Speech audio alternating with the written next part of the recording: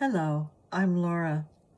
It's Sunday, February 1st, 2026, and these are today's Heartlines. We start a new theme with Heartlines this week, the courage of love. And we are also starting a new month. It is the month of love. It is also Black History Month, something we'll be talking about a little later this week.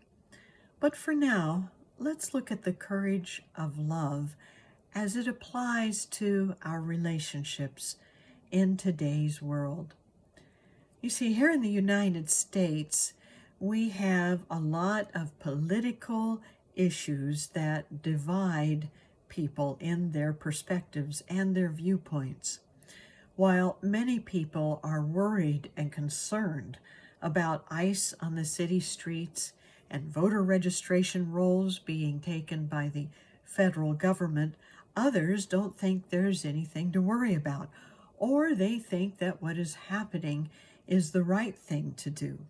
And these things are difficult to reconcile when we choose feeding systems of our brains that give us one perspective, one way of looking at things only.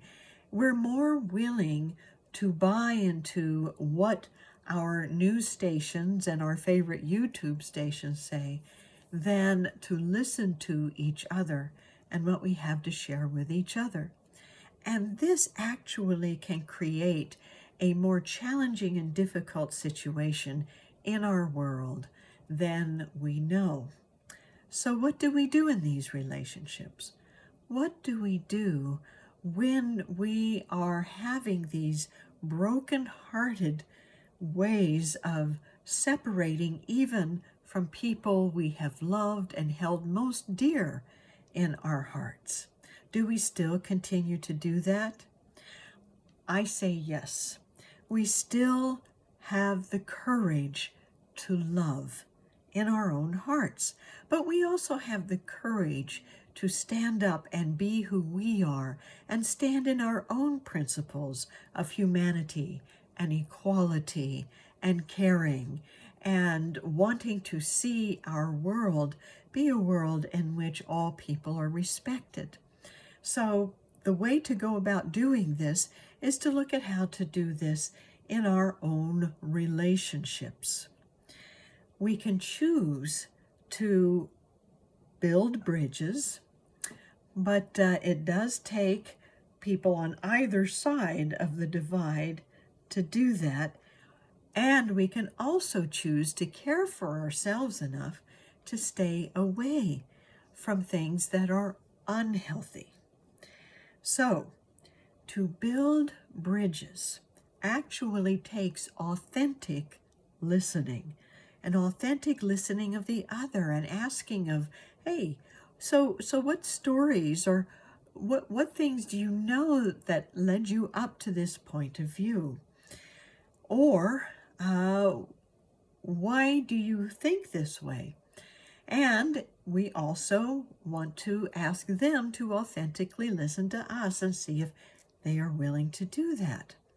If not, we do not want to get tangled up in an unhealthy communication, because we can still love each other whether we are actually connected in communication or not. You see, we can love another and be there for them when they are ready to build a bridge for us. So we can say yes to building bridges and no to unhealthy communications. And we are going to start to take on that healthy attitude right now with a time of quiet contemplation. So let's take a deep breath and close our eyes and hold to this thought. Love gives me the courage to say yes to building bridges and no to unhealthy communication.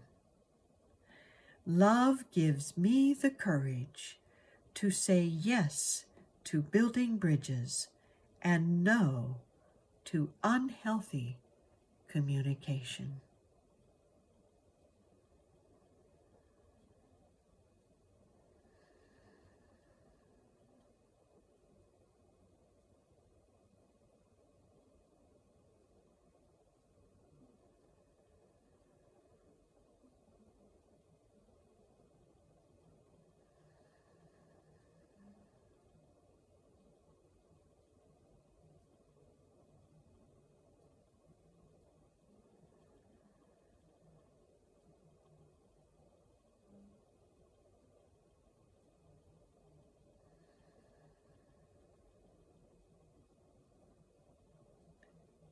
And so it is.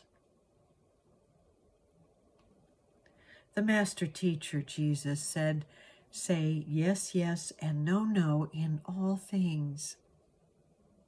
So we can say yes and no in our relationships with one another and still know that love is present and underneath all of it.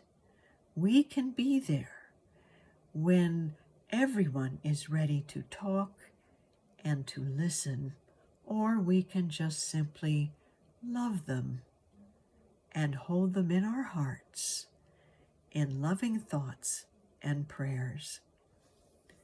Thank you for being with me today, because you are in my heart, as together we build bridges in our relationships and we learn to release what is unhealthy by loving ourselves enough to do that and by loving others enough to respect who they are.